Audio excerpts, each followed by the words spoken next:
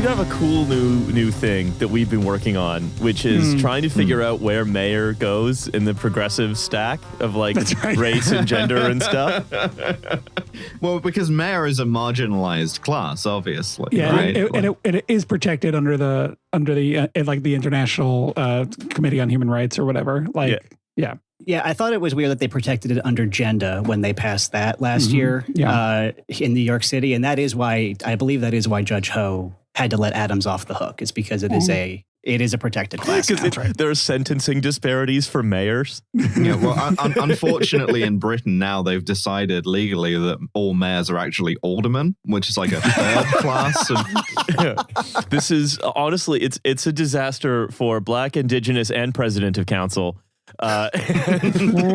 Anyways, if you know a British mayor, check in on them today. That's true. That's true. See how they're doing. Check in on your mayor, and then if something, what'll happen is if you then experience some, I don't know, minor inconvenience, they will repeat the entire words of your check-in back to you.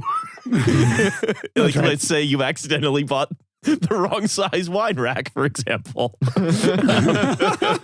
Is this perhaps a simmering grievance of some kind that you've developed, Riley? Wait, so I have a question. Is the wine rack that you bought that is the wrong size that you were complaining about the other day in the chat? Is that replacing the sort of like rickety Tower of Babel you had been attempting previously in your basement? Or is this a new thing? No. So what happened is I have a 56 bottle wine rack that was sitting on top of a table that was largely improvised out of scrap material. And I noticed that the weight of the bottles was causing the table to begin bowing a little bit. So I switched all the light stuff that was under the table, boxes of toilet paper and so on, to on top of the table. And I put the wine under the table. But it has spilled its banks now to the point where there's more in boxes than not, and so I just need. You're in a kind of gone in 60 seconds kind of situation where you need to drink 30 bottles of wine in a day. Yes, I'm doing gone in 60 seconds too, where instead of stealing cars, they drink wine. I will say, of the genres of heist movie, wine heist, not a common one, and maybe it should be. You know? Gone in 60 seconds 2, leaving Las Vegas 2.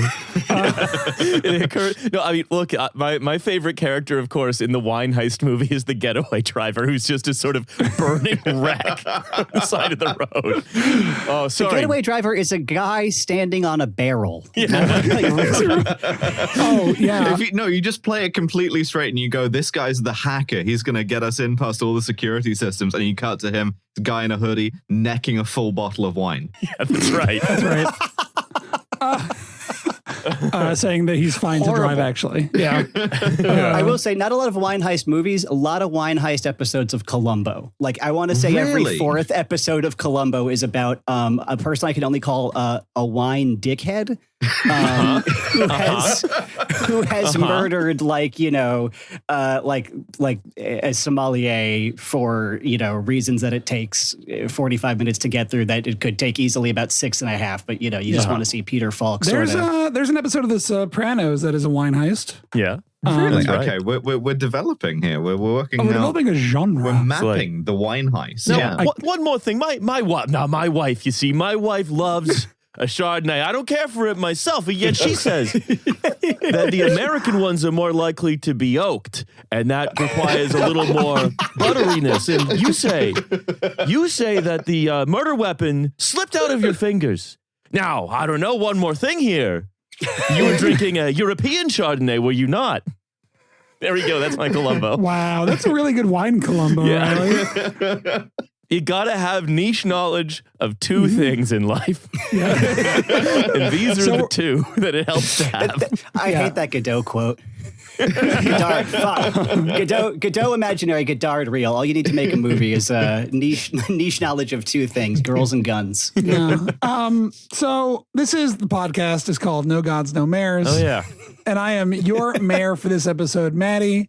I'm joined as ever by my deputy mayors, Riley and November, and two special guests today. Not only are we joined by Wine Columbo himself, who's in studio with us, we are also joined by my pal, novelist Calvin Kasulke. Hi, Calvin. Welcome to the show. I think it's very brave of you to invite your Klaus Kinski onto the show. Yeah. After you finished filming that episode of Columbo, the wine enthusiasts actually offered to Matty to like kill you. How many Fitzcarraldo jokes can we work into one podcast, folks? Probably like a boatload, I'd say. No. Pond of dreams. Fuck off. We're joined by no guests, actually. Calvin has to leave. Time from introduction to regret, 40 seconds. It's pretty good. Columbos of the useless. Calvin and Juan Columbo killed each other like the Cobra and Mongoose, and now we have no guest. All right, check this shit out. Fitz Columbo. Oh my God! Yeah, there we go. My wife had a boat. She was trying to get up a mountain. She's crazy about these things. My wife, crazy about opera. She wanted to bring it to all the peoples of the world, uncontacted tribes even. Now, one more thing. The Italian stuff. I think it's a little frivolous, but you know, she likes it. God. Okay. We have a mayor to get into that has a decent amount of material, so I want to get into it. But first, we have a segment. There's so much here, and we're just stalling for no reason. We've got like multiple extra show note pages than normal, but it's fine. Okay. And we're doing wine Columbo, Fitz Columbo. We're doing two different kinds of Columbos We're iterating meeting. on Columbos. At the end of the episode, we'll reveal the third kind of Columbo to complete the comedy trio. Can you, the listener, guess at home who it's going to be? It's like Neon Genesis. Yeah. Okay. Shinji, you must pilot Columbo, or Ray will have to do it again. When Unit 1 goes berserk, it's just when he turns around and addresses the courtroom and says one more thing. All right. Okay. We're first doing. We have a very brief municipal roundup. Yeah. Yeah. I'm just going to really quick read a headline here. Mm-hmm. Mayor Adams' legal defense fund has raised no money this year and is $3.2 million in the red. That was Municipal Roundup. Wait, no, I have a last minute breaking item for Municipal Roundup. It's also Eric Adams. It's about him wearing a really tightly fitted white t-shirt. Oh, yeah, that's right. Sorry. The American flag and In God We Trust in Italian. And when asked about this, he lied and said it was Spanish, and he was wearing it in solidarity with the victims of a nightclub roof collapse in the Dominican Republic. That's our ragazzo, Eric Adams. Podesta of New York. Yeah. Anyways, that was Municipal Roundup. Yeah.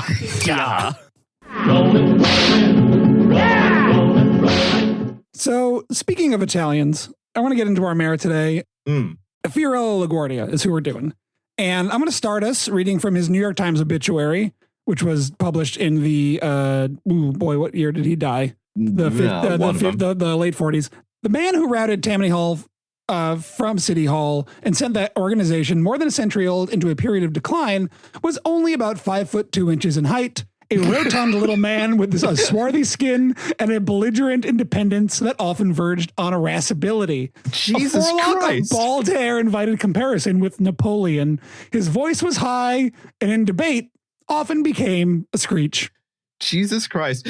So a couple of things here. First of all, this man may have been part owl. But second of all, really insulting that you die, you're a famous public figure in New York City, no less. Mm-hmm. And the thing that the Times obituary staff want you to know first and foremost is this was a short man. Rotund and swarthy. This was a short, unpleasant man. We'll get to the, fat and swarthy. We'll get to those. But, first of all, chief thing, short. Yeah. This man is short. He's also what is considered ugly. He's also, his voice, not so great. And now he's dead. That guy is now dead. The physical experience of the sensory experience of being near Fiorello LaGuardia, a real 1 out of 10 is what I'm getting from this. Just he may as well just have gone dead, short, fat piece of shit with an annoying voice. Bowling ball, I hate, die. City in mourning for some reason. Anyways, Fiorello Rafael Enrico LaGuardia was born in 1882 in New York City to immigrant parents. His father, Achille Luigi Carlo LaGuardia, was the son of a Garibaldian revolutionary. Cool. He was a Phocian composer and lapsed Catholic. His mother, Irene Luzazzo Cohen. Sorry. Was a Phocian composer and lapsed Catholic is a Wes Anderson-ass introduction. I really was doing the sort of like... I'll play some like soft piano music under this. Tenenbaums there. Yeah. His mother, Irene Luzazzo Cohen, was a non-practicing Sephardic Jew. They met at a dance in Trieste, Again, Italy. This is still Wes Anderson. Everything's very center frame. Yeah, they were married. They were married in Trieste by the mayor of Trieste. Named Riccardo Bazzoni. Yeah. Whose Villa Bazzoni, named for his father Gracco, still standing in the city. Thank you for putting that in the notes. And so future episodes. Oh, yeah. Then. Maybe. Future guest of the show. Inevitably. Inevitably.